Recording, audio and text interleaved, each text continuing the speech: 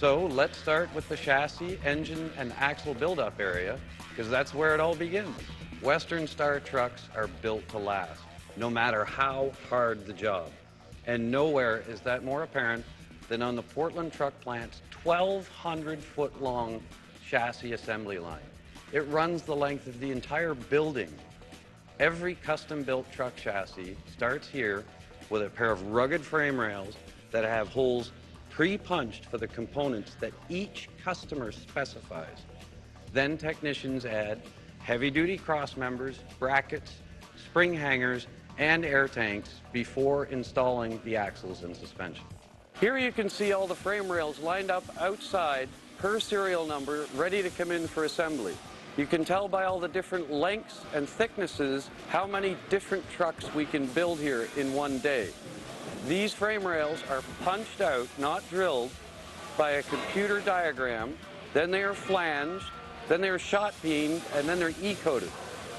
The shot peening is like a swarm of very tiny little steel BBs that hit all around the outside of each hole, both sides, and what that does is it reduces stress risers in it to give you a very long frame life. You can see here behind me, they're assembling the frames by sticking them inside a jig, placing the cross members inside, and then the hydraulic cylinders will fold up that frame into the cross members. One of the big questions we get all the time with Western Star is, why don't you use a huck fastener? Well, if you look at this, it's a very simple piece, and it's got only two pieces to it. You also can't hook onto it with a wrench. The only way to install these is with a special tool. So when you're in the field, how are you going to hook onto this with a wrench? You can't. So at Western Star, what we use is a grade 8 fine threaded cap screw, 2 hardened washers, and a steel lock nut. As you can see, it's easy to get on here with a wrench. It's easy to get on here with a wrench. You can undo it from either end. That's 4 pieces versus 2. It's going to take a little bit longer to install, but it's going to give you value in the field because you can undo it and you can replace it. So anytime you need to work on your chassis, you do not need to grab a cutting torch, which is the only way to take off a huck fastener, and you can get on this with a wrench and a ratchet and undo it. So that gives you better value in the field, so you can take it apart and fix it anytime. For our tractors, what we do is we taper our frame rail by cutting out a piece and then re-welding it so that it's seamless. Then we recess these fasteners inside the flange of the rail. What that does is it gives a seamless ramp for the trailer to glide up on. Our competitors use fasteners where the heads are sitting up, and when you ramp into a trailer with that, bam, bam, bam, causing damage to the front of the trailer. At Western Star, we locate the front cab mount outboard as far as we possibly can on the cab in order to give a much more stable ride. Our competitors put the cab mount inboard, requiring them to have a transverse torque rod on the back of the cab. Our cab mount is out so far that the cab will not tilt side to side. It gives a much better ride. The further in you put the cab mounts towards the rails on the truck, the tippier the cab actually gets.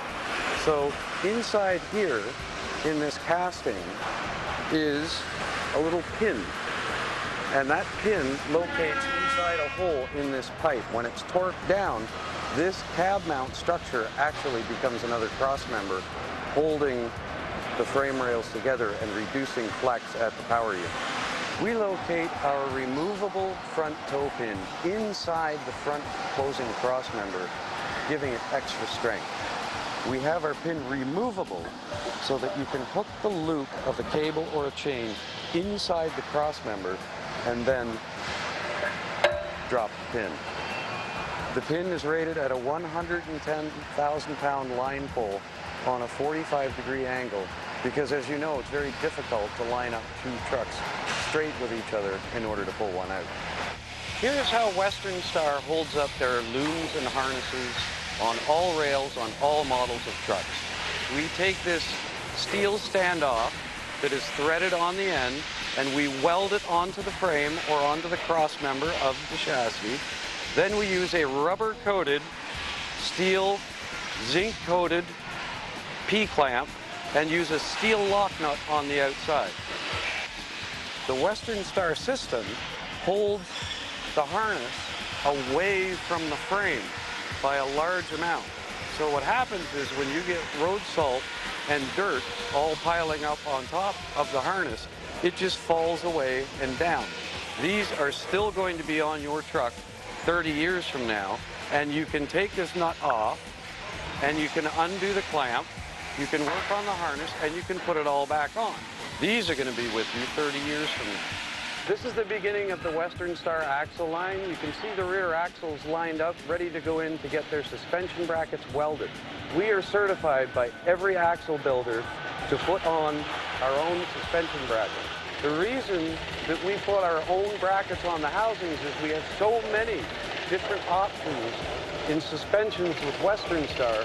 We cannot get all of the axle manufacturers to weld on these brackets and get them to the truck plant in a timely fashion to be able to build the truck.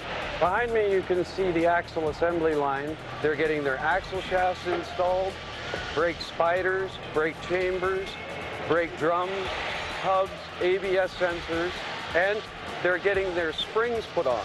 We don't use a rubber bushing and we don't use a flat straight pin. What this does is it reduces all the lateral movement between the spring and the shackles of the truck.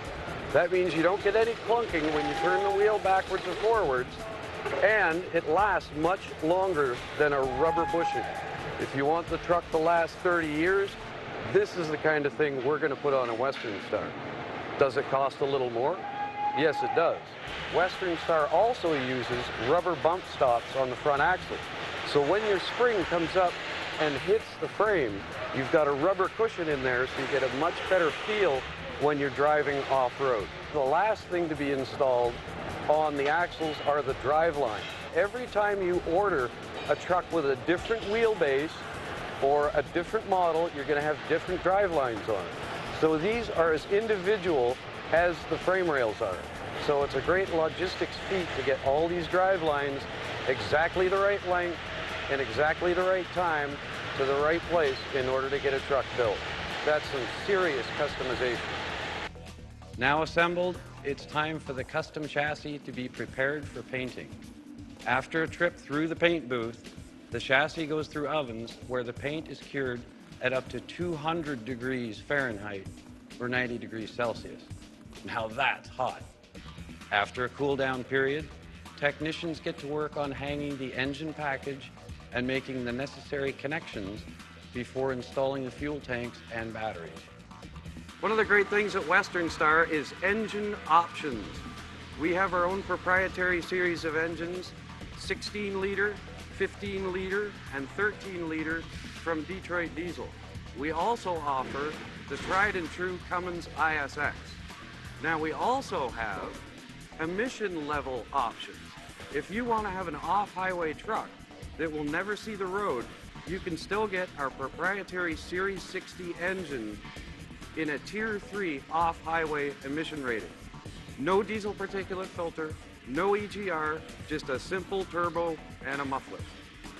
Behind me is our 16-liter Detroit Diesel, 600 horsepower, 2050 foot-pounds of torque, and with that turbo compounder behind the turbo, 50 free horsepower at full boost.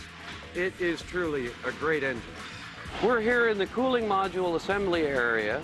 This is where we assemble radiators, charge air coolers, power steering coolers as one module.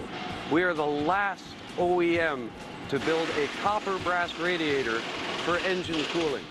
The reason we still use a copper brass radiator, although it's a little heavier, it has much better heat transfer and it's repairable in the field with simple flux and solder.